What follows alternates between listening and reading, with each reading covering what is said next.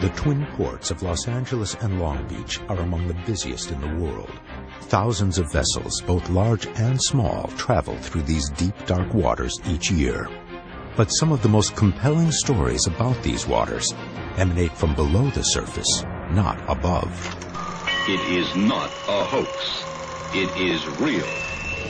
In 1966, an unidentified object that reportedly emerged from the channel is filmed traveling at up to 170 miles per hour over the island. This is the first of numerous reports of nautical objects displaying many of the same characteristics as so-called UFOs. But these UFOs have been witnessed traveling into and out of the water. A bright white light moving pretty quickly towards the water. They are known as USOs, unidentified submerged objects. There is something really extraordinary in these waters. For the first time, new witnesses have come forward. We are struck with a beam of light. Supported by documentation and police reports and scientific testing and analysis. I think we've got our smoking gun. Absolutely. The team from UFO Magazine, publisher Bill Burns, investigator Pat Uskert, science intern Jeff Tomlinson, along with science expert Dr. Ted Ackworth, open the case of USOs around Catalina Island. The USOs are using this place kind of like a hunter's blind. And we're the prey. Is this rash of sightings simply the result of overactive imaginations, or is it possibly something more? I saw a set of lights, unlike any other lights I'd ever seen before. The team attempts to get one step closer to the answers. That's a tail of an airplane, right there. That's it. For the first time on television, this is case number 66307, Unidentified Submerged Objects.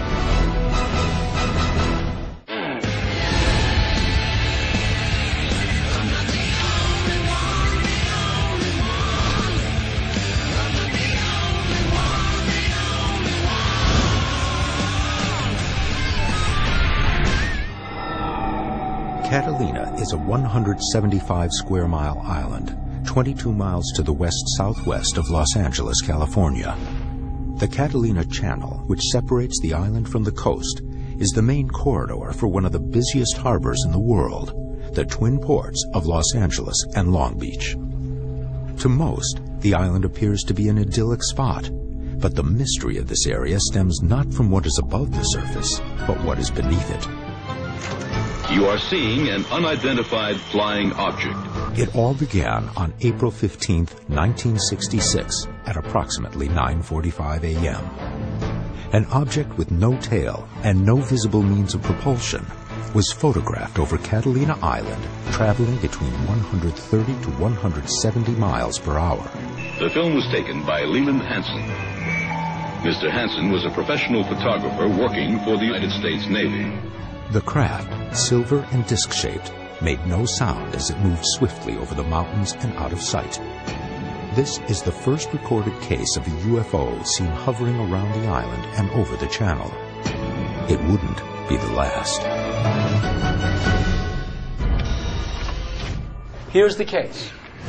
I just spoke with Noah Felice, who's a private pilot, who 30 years ago had an encounter with an unidentified submerged object, a USO, in the waters off Catalina. When bam!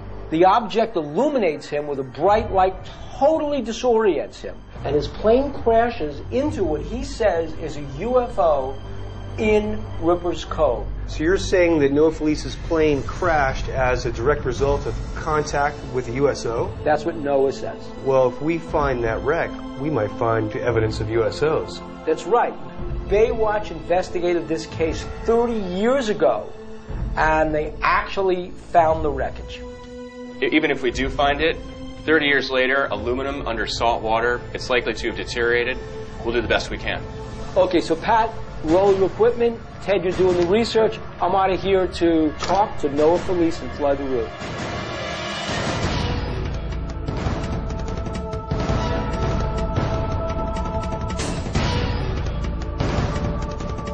While Bill is flying with Noah, I'll be talking to Paul Allione and David Russo about their sightings, which are very similar to each other, and they're very similar to the famous 1966 sighting that was caught on film. So we have a lot of strong cases around the Catalina area and the channel. During the late afternoon of December 29, 1968, attorney Paul Allione, a resident of Palos Verdes, California, witnessed strange lights over the Santa Catalina Channel. According to Allione, the lights flew in formation, then unexpectedly stopped just above the surface of the water. I looked up, and on the horizon, I saw a set of lights that were unlike any other lights I'd ever seen before. It started to tilt and list. It got to about the 11 o'clock, 5 o'clock position, and it wasn't moving. I really, to this day, can't tell you what it was. It was nothing I'd ever seen before or after. During the sighting, Allione clicked on his walkie-talkie and heard something that still disturbs him to this day.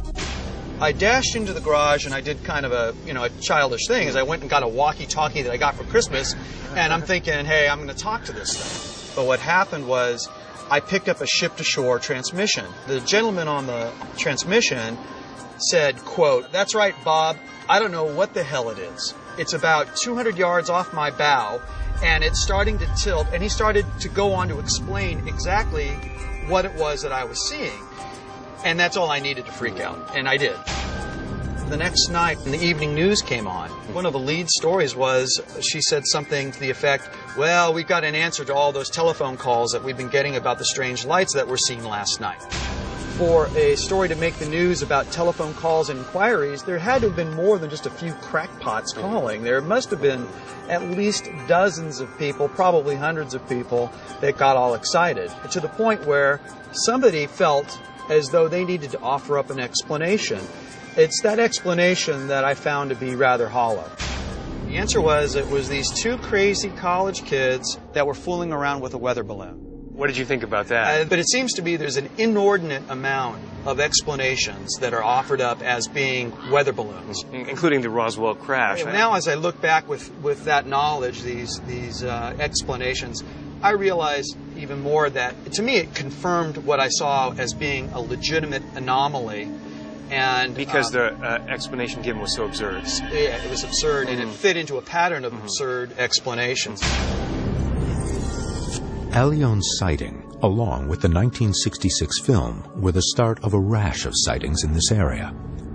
According to the Long Beach Independent, on January 23, 1968, Avalon Sheriff's Deputy Richard Callan witnessed a, quote, mysterious unidentified floating object that had, quote, lights in its portals.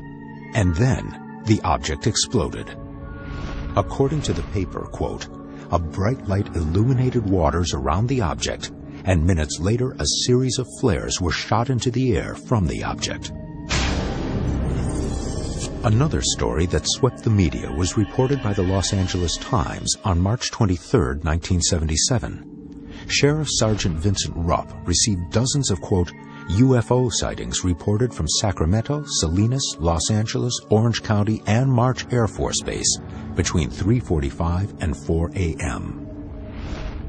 According to the paper, these witnesses included military personnel from March Air Force Base and several law enforcement officers around Los Angeles. One witness, Mark Hogan, a runway worker at LAX, said, quote, the teardrop or tin can-shaped lights sweep in at high speed from the direction of Santa Catalina Island about 3:30 a.m. In my opinion, they weren't natural. A military spokesman at March Air Force Base confirmed that the objects had in fact been seen from the base and said, quote, there had been no rocket or missile testings which could have accounted for the lights. The objects did not show up on any radar readings. Now I'm off to talk to David Russo about his USO experience. Now what's significant about David Russo's USO sighting is that after the sighting, he took the time to make a sketch of the craft while the details were fresh in his mind. And the more information we have, the closer we are to solving the mystery of USOs around Catalina. I live in Long Beach, and a couple of blocks from the ocean. David Russo, a retired attorney, reportedly witnessed bright lights over the channel on August 4th, 2006, while walking along the shoreline. Late at night, about 11:30, 11:35, a bright white light off to the west, out near San Pedro, caught my eye. And it was moving towards the water at a very steep angle, moving pretty quickly. It got to a point maybe a half a mile out in front of me, and it just stopped. Over the water? On the water? Over the water, maybe 10, 15, 20 feet above the water. The shorter side had 3 or 4 blue lights on it, and the longer side seemed to have 6 or 8 blue lights. Okay. It rotated and did this for about a half a minute to 45 seconds. Then the blue lights went off, and it just, from a stopped, gone, went out towards Catalina Island, and less than a second. I'd rather would have not seen it. You think life would be easier if you just hadn't seen it? And now there's this little piece back here that just is always wondering and always thinking, what the heck did I see? And will I ever know?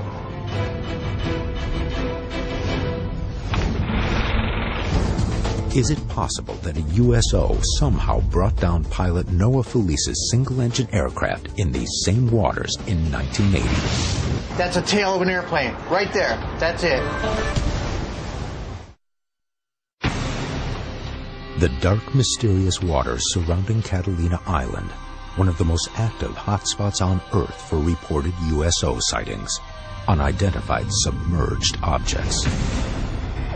On January 26, 1980, a pilot's reported encounter with a USO above the Santa Catalina Channel left one man dead and has become one of the seminal USO events in history.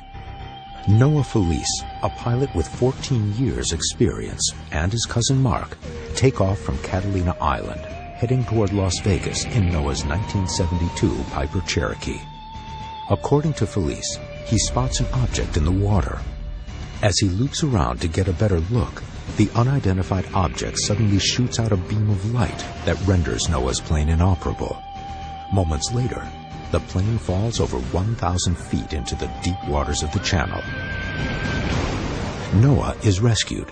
His cousin Mark does not survive. And it's an important case for 3 big reasons. One, it's current. You're not talking about some 60-year-old case where all the witnesses are gone. 2, Noah's a pilot. He's a trained observer. He knows what he's looking for. He's not given to fantasies. 3, that credibility is tested in court because Noah Felice is a private investigator. In every single case, he's on the witness stand, he's testifying. It's as credible as you can get. It's a great story. We're excited to investigate. So why don't you tell me what it was like as you took off from here, it was 28 years ago, and flew out to the island? We took off, and just out of the clear blue sky, my little cousin told me he had 5 to 6 months to live. This was a person you'd known since you were what? Grew up together. We were as close to biological brothers, I think, as 2 males could get. Once he said that, then they had 5 or 6 months to live. I was going to get a vector in the air and go right straight to Las Vegas and kind of lighten the mood. So basically you were just going to head off to Vegas and spend some time together because you didn't know how long you really had. Noah and Bill board a plane to fly Noah's original route from 1980. You took off from here, and what happened then? We were flying along, and I started to get very strange feelings, kind of like when the hair goes back under your back, and I see a very strange object in the water about the size of 2 houses. No definitive shape that I can see because of the water. From here, Felice's account takes a radical turn. He says that as he came around to get a closer look at the craft, he saw figures. On the top of this object was a door. It wasn't really a person, but it wasn't not a person. I didn't know what to think. That's why I decided to make a turn and come around back and get a better view. And what happened then? We got struck with a beam of light.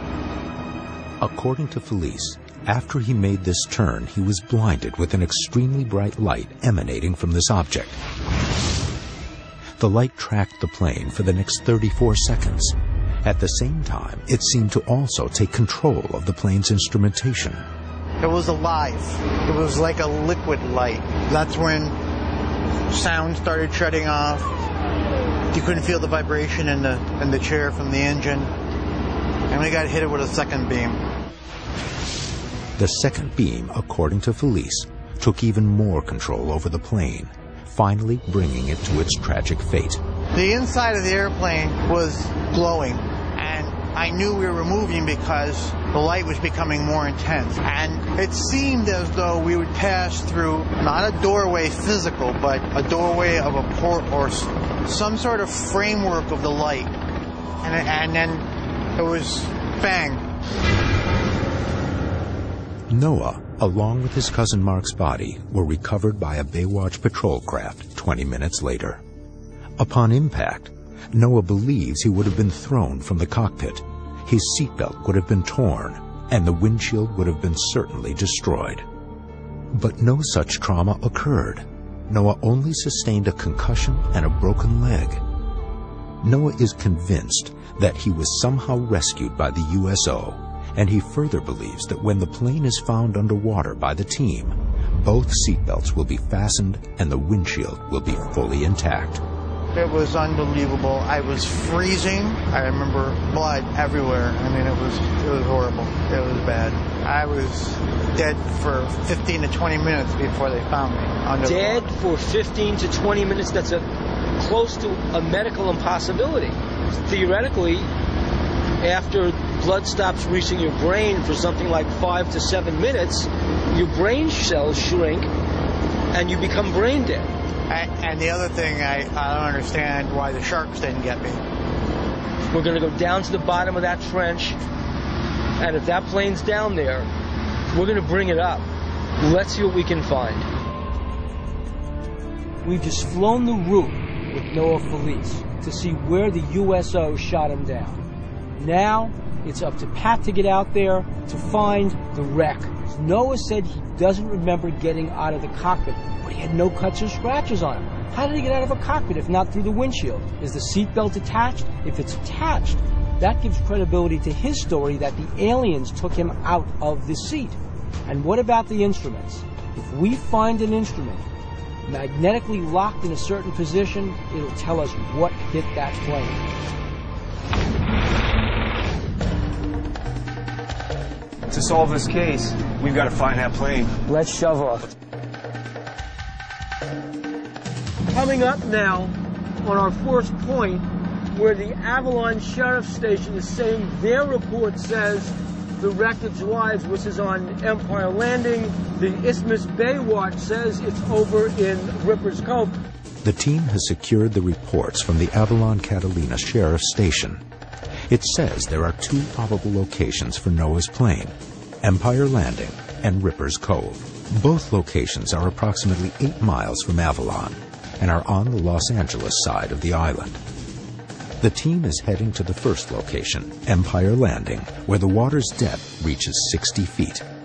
How much more do we have to go? Another 40 feet. Another 40 feet? Yeah. The team is lowering a side-scan sonar device that will be towed behind the boat.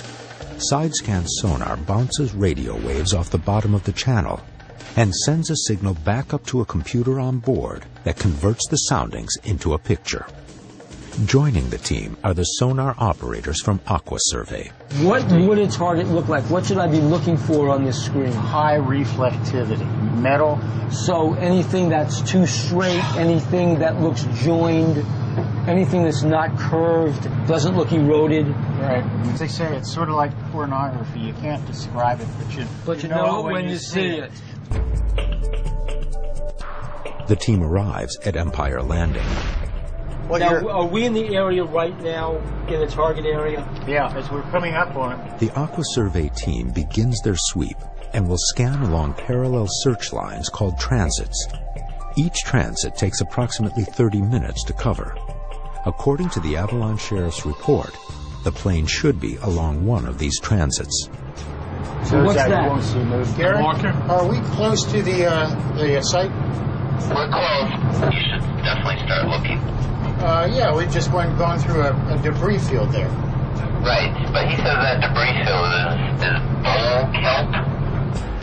What showed up on sonar is actually bull kelp, a fast-growing type of seaweed common on the Pacific coast.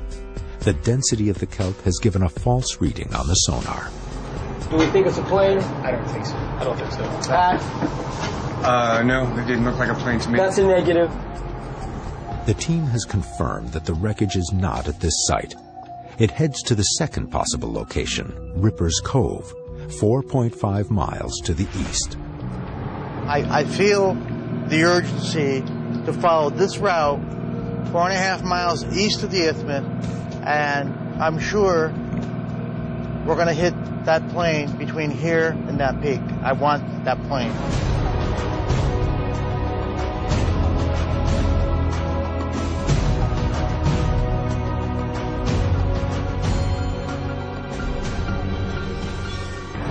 Oh, wait a minute. Wait a minute. Wait a minute. Wait a minute. Whoa. Uh-oh. Uh-oh. Now look at the signal strength return here. Now that's high. That's a tail of an airplane. Right there. That's it. Look at that. That's a 15-foot wing, 30-foot wingspan. Look at the tail. Look at the tail. I think we got a tail and a wing. See it? We got a tail and a wing. Could this be it, Noah? Pat, come over here. Take a look at this. Passing over a debris field. No way. What are you going to Look. Does that look like a wing and a tail? Fuselage and a tail to you? Oh my God. Hey, Captain Dave? Yeah. Like we're over some kind of debris field. I think it's time to put some divers in the water. Sounds good. Let's get them in. Okay. Jake, you got 70 foot of water underneath the boat. Head due north. U pattern. Don't go below 100 foot.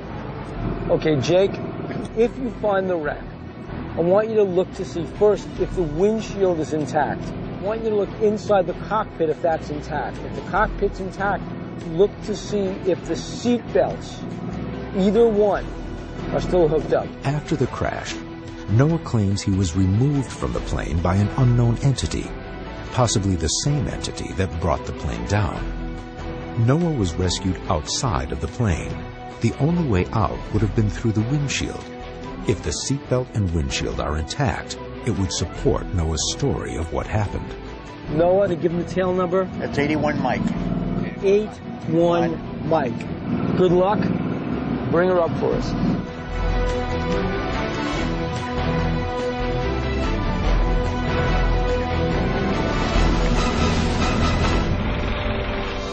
Has the team found the wreckage of Noah's plane? I found our target. Could this plane wreck show proof of contact with an unidentified submerged object?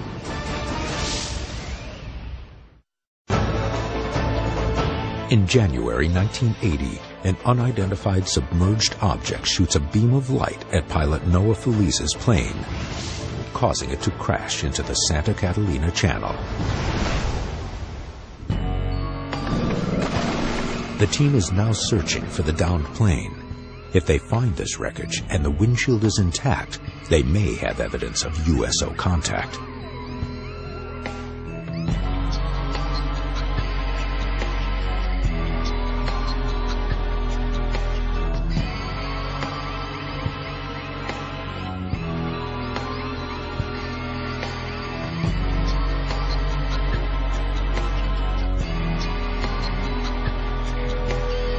Jake, any luck? Well, what that plate was from, it's a small boat.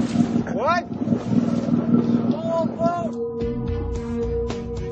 Well, at first I thought it was a plane, and I was like, oh man, here it is. You start like moving around, looking at it. I go to the back and I see this very familiar shape. It's an outboard motor. Outside of Felice's testimony, two other credible sources continue to list this area as the crash location: Catalina Baywatch and the Avalon Sheriff's Station. But now the mystery has deepened. The aircraft is not here. Jake's come out of the water and he's done a lot of diving. He found a lot of targets down there, but didn't find Noah Felice's plane. Where is it? We're going to send Jeff and Ted to the lab. They're going to analyze the currents, the slope, the tides, the winds. They're going to find out what might have happened to Noah's plane. This is a mystery, but maybe in the lab we can figure out what happened to all that wreckage of Noah Felice's plane. Since 1980, the plane could have drifted from its original position. Hey, John, Jeff. Hey. Jeff and I are here in Tyndall's lab, and we're going to recalculate the position, see if we can uncover any additional information that would help us get a better estimate of the location of the aircraft. Science producer John Tyndall will demonstrate the forces at work below the surface of the water and what effect that might have had on Noah's plane over the past 27 years. The Bernoulli effect basically says that fluid in motion has less pressure than static fluids. If you look at these two cards right here, we can actually pull them together by speeding up the liquid between them, or the fluid, in this case air, and we'll pull them right together. We see this all the time with airplane wings. The air moving over the top of the wing is moving faster than the air under the wing, creates a low pressure zone, you get lift. What we think might have happened to this wreck under the water is that as you have the wreck sitting there, and as the water currents are going over this, it's lifting it slightly, and if it's on an incline, it could be lifting and sliding down and lifting and sliding down and pumping itself deeper and deeper and deeper. Let's see if we can prove that the aircraft fuselage has been agitated by a Bernoulli effect. If you look at the topography of the location just offshore there on Catalina Island, you have a very steep cliff face coming down to the waterline, and then actually it continues at a very steep slope down into the depths. And if the aircraft landed up close to the shoreline, and we believe that it landed in 40 to 50 feet of water, that it settled onto the bottom at a steep slope angle, which could lead to it sliding, moving over 30 years down slope and down into the depths. So I'm going to start the current flow. It's going to be a little loud, but we'll just have to talk over that. Yeah, and you see how it's actually digging out underneath the front side of the object and building up material on the back side. Right there. Settling down. As water rushes toward the sample, the ocean floor would be pushed away, allowing gravity to pull the object further downhill. I think with the first dive, we didn't really have a good sense of just how steep this drop-off was. In order to determine the location of the plane after almost 30 years of drifting, Ted uses the length of the Catalina airstrip as a guide. Catalina airstrip at this scale is a little bit over 1.5 inches in length. We're getting a contour here that in about 0.2 inch is 60 feet of additional depth. The amount of drift caused by the current, along with the steepness of the ocean floor in this area, may have caused the plane to fall deeper into the channel. This effect is known as mass wasting. Mass wasting is any time you have movement, rocks, dirt, debris, downhill being pulled by gravity. That's how you get mudslides, or in the case of underwater, you get the debris moving downhill. In this case, in Catalina, we have a number of the factors that would really exacerbate that effect. The team believes the wetness of the soil, the lack of cohesion in the ocean sand, and the angle of incline are all causes for why this plane is missing. You can see the big rocks are already rolling down. So look at this mass wasting. Now just imagine if there were an object on the surface of the sand. It would just be traveling right down the hill with the whole pile of sand. So now there's our airplane fuselage sitting on the surface. So you're actually pushing water uphill against it, and we're going to see if it still falls downhill against that. There it goes. Look at that. It came at it. It's fell towards against the current. The relationship between gravity and the cohesion effect on the granules, we can see that over a short period of time, the object moved fairly quickly. And over a long period of time, say 30 years, this object could have traveled quite far. Guys, I think we've got our smoking gun. Absolutely. Yep. I have no doubt that in the location where we expect this crash site to be, with that slope and all the factors, that we've got a good amount of mass transport moving downhill into the depths. Based on this model and these experiments, we know this aircraft is further offshore. Right. And we'll just set up a new search grid just a bit further offshore. The team dives deeper into the mysterious waters off Catalina. What they find only deepens the mystery. How many plane wrecks are around here anyway? Based on the experiments in the lab, the team heads out for a new area where they believe the wreckage has drifted. It's 2 miles east of their original search location. Based on some new information we have, which is the expected water current in that area, we've extended the search pattern into some deeper water. The new search area moves the team closer to the San Pedro Basin. At a depth of almost 1 mile, it is one of the deepest sections of the channel. Many UFO researchers believe that the high concentration of USO sightings here might be somehow related to this deep trench. They say that the depth offers an ideal hiding spot for USOs. And this is what we're looking for. It's a Piper Cherokee low wing. We think that the wreck is somewhere around here, right? And the previous scans we've done are along this highlighted area. What we're predicting here is that this wreck has actually been slowly working its way down this steep slope, getting out into deeper and deeper water. The strong current in the channel will cause objects to drift over time. As the current lifts objects from the floor, gravity will slowly pull it deeper into the channel. This is the scientific theory, but the team now has to consider a new theory. Could the plane wreckage have possibly been taken by a USO? We're going to speak to Preston Dennett. Preston is going to tell us what some of the stories are about the mysteries of this particular channel. He's written a lot of books on UFOs and USOs over Southern California. He's going to help us comb the mysteries of this channel and find out exactly what's going on with USOs over the Catalina Trench. I think it's one of the hot spots for USO activity in particular in the world. It's extraordinary. The activity here goes back to at least 1947, the dawn of the modern age of UFOs. I've collected probably 50, 100 reports of this kind. Just this area here. USO researcher and author Preston Dennett has tracked numerous reports in the Santa Catalina Channel and has a controversial theory on the concentration of USO sightings in this area. And I came up with a theory that perhaps there is an underwater base here, which sounds fantastic, I know, but how else can you explain the huge number of reports? Why would they choose this place as a base of all places? They're here because of us. And what's unique about this particular area is it's very close to a large population base, Los Angeles. So my theory is that the USOs are using this place kind of like a hunter's blind. They're able to hide their craft, do whatever they need to do, and still have access to a very large population base. Turns out that the geography of this area is riddled with caves and underground tunnels leading from, say, Edwards Air Force Base to Vandenberg to Catalina Island. So there is some military involvement here. I've got a case which took place here in 1967. A gentleman was actually abducted right here in Avalon Harbor off the boat, and he recalled under hypnosis being taken into an area where there was rock walls. He had the distinct impression this was underground. It had to be somewhere close. Where else would it be but, you know, in the bay here? The Santa Catalina Channel has a depth of almost 1 mile, and if there were caves and tunnels beneath the water, conventional technology would have trouble even confirming their existence. We cannot travel to the extreme depths that these craft can. Even our big nuke submarines can't travel down to those bases? Not with the ease that these craft can do.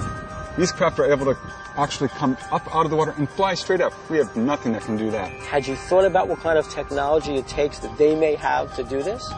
Whatever it is, it's way beyond, I think, anything that we have. What's spooky that you're telling me about is when you call this place a hunter's blind. Because if it's a hunter's blind, there's a hunter. And the only other people around here are us, and we're the prey.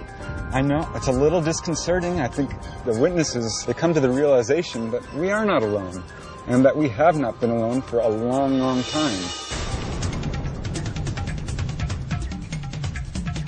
Well, if I'm a little bit green in the face, it's because the crossing to Catalina was a bit rough.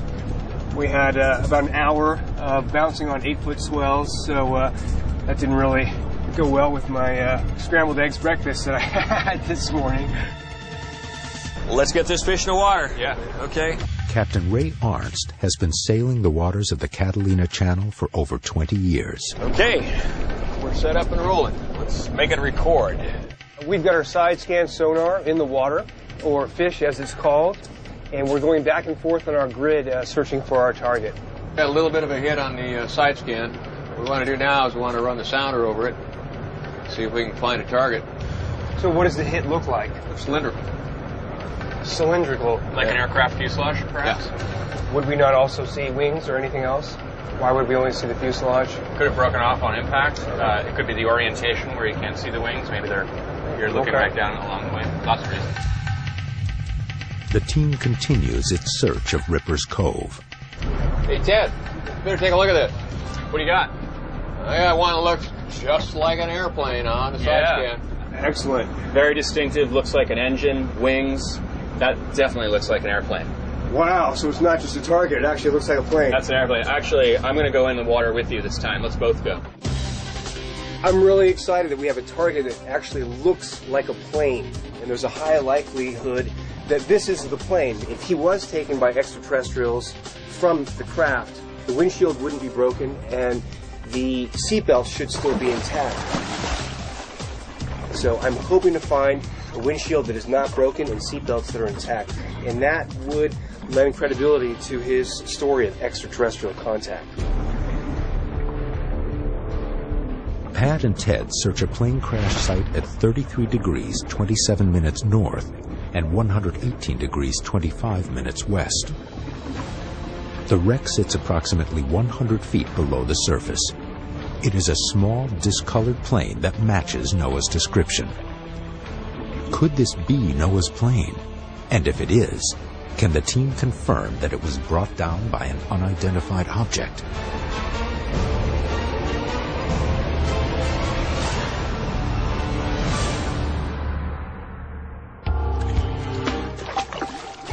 Well, it was a plane. It wasn't a Cherokee, though. How do you know? Cargo door, port side on the stern. I think it was a Piper Warrior. It's the next size up. The Cherokee did not have a cargo door. Noah's plane was a Piper Cherokee, a low-wing 4-passenger aircraft. The plane at this location is larger and features a cargo door on the port stern, a feature not found on Noah's Cherokee. The plane has seemingly vanished. What? How many plane wrecks are around here anyway? Well, it's possible that it's drifted downslope. Backs up your theory. And the plane we're looking for went in 28 years ago, so it could have drifted even further than this one. It could be quite a bit deeper. We found a plane, but it's not Noah's plane. Now, according to Ted's lab science, the plane should have moved right around this area. The problem is, the plane's not here. So my question is, where is the plane? For me, it just deepens the USO mystery around Catalina Island. So what do we have for our theories? Number one is that the plane has been pushed up onto the shore and destroyed. Number two theory is that because of the wave motion, the tide motion, and the wind motion, it's been agitated and fallen down the slope into the depths. If we are considering that there is a USO base around here, maybe they took the plane or did something with the plane to hide their presence. I don't think we can confirm or deny that hypothesis. Well, Noah Felice is a very credible witness. And I feel strongly that something happened here. So I say we can't dismiss that possibility of some sort of extraterrestrial intervention with this plane. What is the connection between the USO stories of the Catalina Channel and Noah's plane crash? This is the dangerous part. Scientific analysis is imminent. Okay, Jeff. With surprising results. Wow.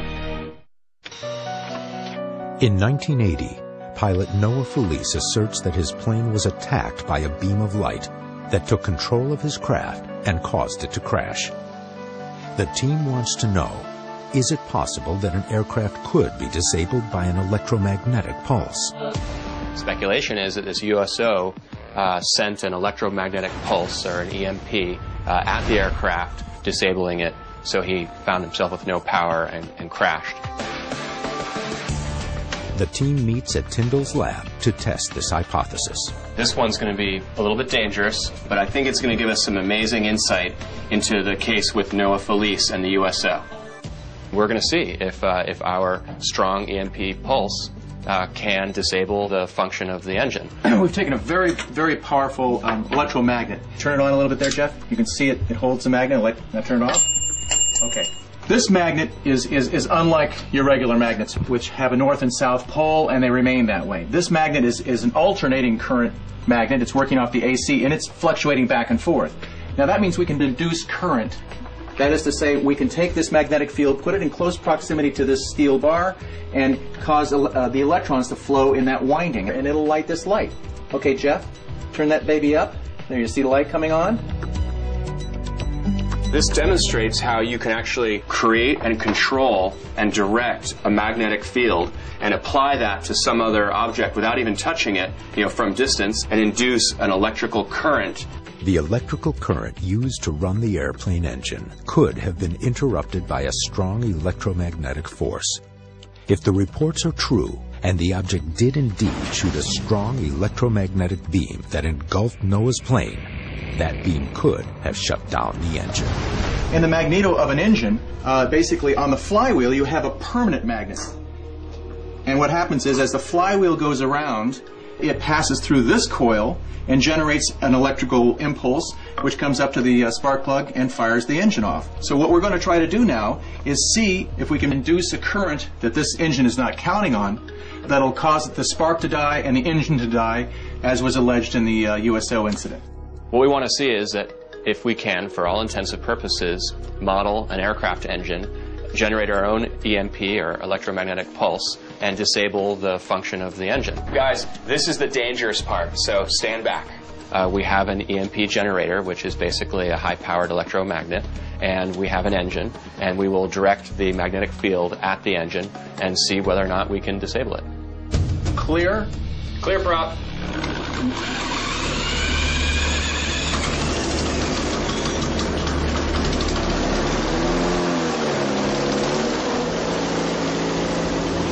Okay, Jeff. Pull.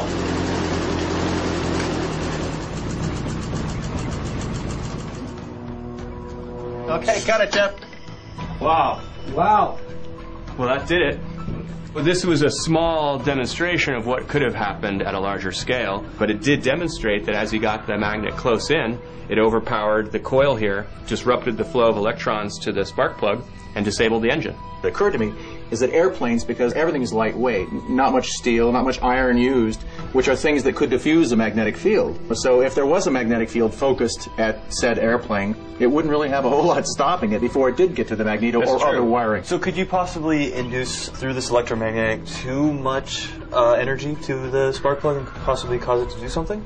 If you could generate an extremely strong magnetic field, make it a directable sort of weaponized system, it is conceivable that you could disable a general aviation aircraft engine from a distance like 1,000 feet. This is a really great example of taking a story that's told by one of our witnesses, modeling it out, and showing that what he says works in the lab.